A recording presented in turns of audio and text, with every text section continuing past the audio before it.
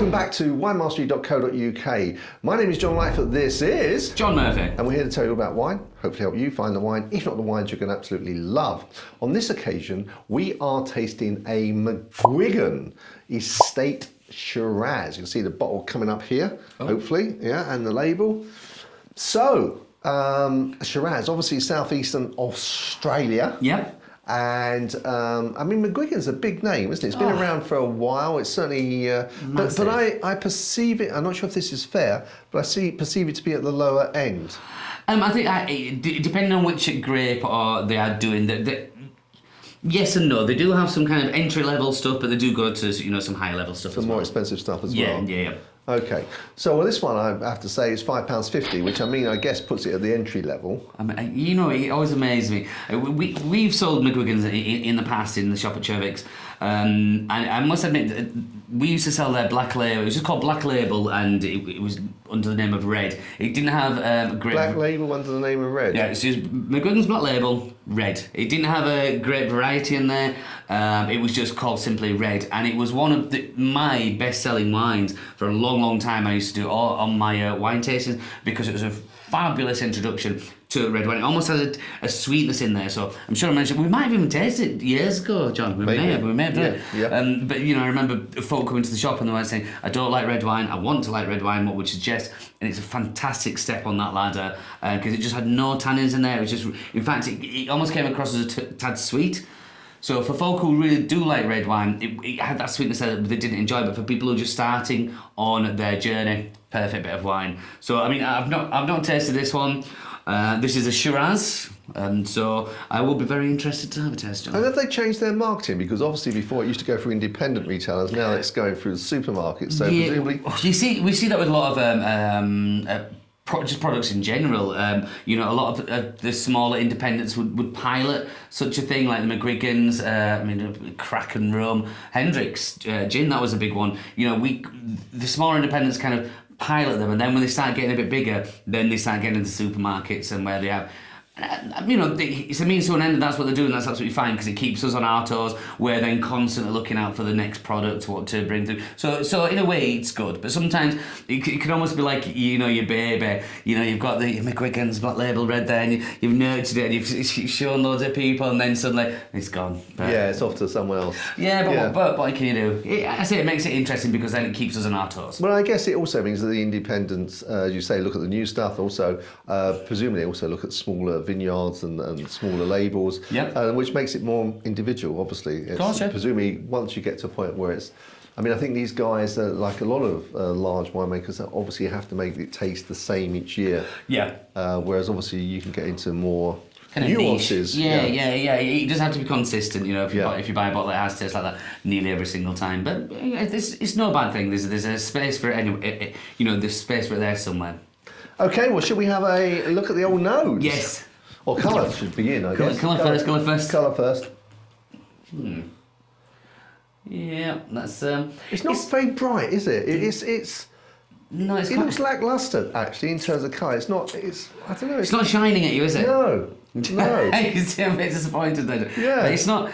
It's not like a rich red, or it's just like I want to say dirty red. I don't know if it's being unfair. It's there, isn't it? It's there, nothing more. Like you said, anything coming through there is not shining brightly. Yeah. I think that's the most disappointing red colour in a wine I've seen this year. Really? Yeah. Well, can you think of one that's... No, I wouldn't have thought of the red colour as disappointing. I see where you're coming from. It's not... So, often you can look and think, it's got the colour, it's vibrant, you want that. Yeah. This isn't that, it's not as vibrant, is it? No. But let's have a go. Okay. It's £5.50. Yeah, that's true. I'm immediately warming to it now. I thought you might do. Just have a little... It smells nice. It smells nice, yeah. Yeah, it's got... Now, what is that? Is that cherry? Like a sour cherry? I'm getting more blackcurrant from it. Are you? I do. But it's always lovely when you get to share it. Because you get when you mention that, and I'm like, there it is, and vice versa.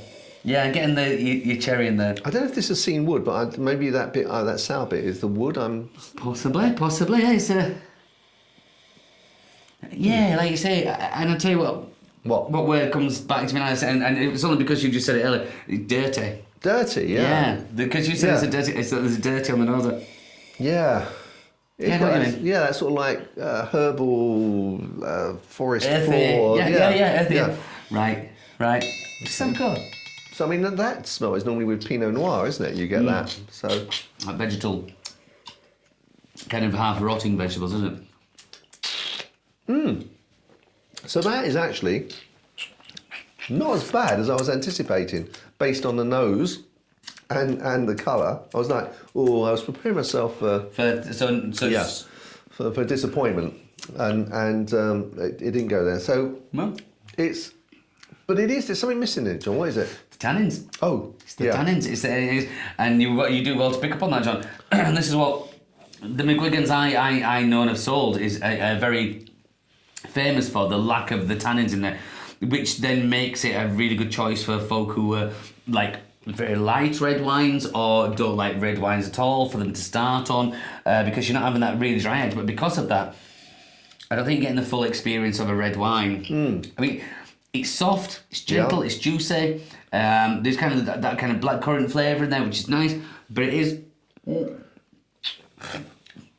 It's one-dimensional. Yes. It's not going anywhere. It's not so. I mean, in terms of one-dimensional, there are little bit sort of edges of different taste there, but it is it's very. I don't know how to describe it. It's not. It hasn't got any depth to it. No, it hasn't got any nuances to it. It's plain. Yeah. But it's not necessarily a bad thing for people who are starting, because that's all you want. You want to start off nice and light and easy. Yeah. So this has got a time and a place. And again, I'm going to come back to it, John. It's £5.50. Yeah, 550 pence. Yeah. What do you want for 550 pence? Well, as much as I can get, obviously. Well, to that. I mean, I there's no way I'm going to put this down in any way, shape, or because he's not only just for that money. I think that they've got a niche in the market there which they do very, very well. And I've seen this from the McGuigans I've sold in the past, and I'm not going to knock them. And this is a 2020, so we're filming this in case you're not watching this in 2022. So it's got a reasonable amount of aging in the bottle. Yeah. But I mean, I think where I'm struggling is it's a nice wine. If I were to say, would I want another glass of it? If I had a choice of a different one, no, I'd move on to a different one, even at 550. But as you say, I think the real secret here is, I'm talking with my personal preference, but I think the real secret is, as you say, for someone that wants to move into red wine, this would be an excellent step on the ladder. Oh, perfect. Because, I mean, a Shiraz, and people who drink Shiraz, what you would expect from a Shiraz is big, massive kind of flavours, spiciness, vanilla, the blackcurrant. They're the kind of typical flavours you'd get in there. And if someone was to pick that, if someone liked Shiraz, they were to pick that up off the shelf, I think they may be a tad disappointed. But then, the price at $5.50 should give them a little bit of a leeway there. Whereas, for me, a Shiraz needs to be massive. This isn't massive. But again, it's got a niche in the market, and I'm not complaining. So what I get from that is, in your shop, if someone says, I enjoy a good Shiraz, you would not suggest this to them. If someone said, I'm really trying to get into red wine, what would you suggest? Then you suggest this to them. Yeah, definitely. Because it's got the fruit is in there, as I said. It's just not a stereotypical Shiraz. No, but it has its place. Definitely. Yeah, at £5.50 it deserves to. Yeah, definitely. Yeah. But very nice. As I say, it's not hitting it on the palate for me personally, but I can see there is, an opportunity. I can see the market for it, and I know people will enjoy it on their wine journey. So if you're on your wine journey, trying to move into the red, certainly give this a go. But even so, if you like, if you said, if someone said they liked another type of grape, where would you put? Because you're saying this isn't a typical Shiraz. Where would you say, if someone else said, I don't know, I like a Cabernet, or what would you say this was close to? I would imagine that is close to a Cabernet Sauvignon, because it's got the fruit in there. Your Merlot tends to be a bit earthy. Your Riocas have got the leather and oak in there. Pinot Noir is a very unusual grape in itself, so that's probably as close. Because it's got the blackcurrant in there, you're going to be close to your Cab Sauv, which is that jamminess. So that's as close as I'll get. But again, the lack of tannins in there, and the lack of the kind of depth in there, I would struggle to recommend that. Okay, well, let's move on to some. Do you want me to go hit food first, or are you going to go with cheese first? I didn't even thought about that. So cheese. So you're going to want something light, something easy, something that's not going to. You don't need anything to take on the tannins, because the tannins are there. I'd steer away from blue. Something delicate. What would we go for? Delice de Crémière. Delice de creme. Yeah, it's like a triple cream cheese, absolutely really rich, like a solid bit of brie, nice little salty edge. I think those two would just complement each other nicely. Okay, in terms of food, I'm really struggling because I think a powerful. This isn't going to take a powerful tasting food. So I'm thinking that something like a duck or a game sort of meat that's halfway between white and red. Yeah. Would you think pork for this or? Yeah, you take pork, yeah. Yeah, pork. Yeah. So something that's sort of light meat rather than a very red meat. So and maybe also some vegetarian dishes. This would also go with. Yeah, easy. Yeah. So if you're vegetarian, nothing that's too overpowering, dear. No. Excellent. Okay, moving swiftly on then to the score.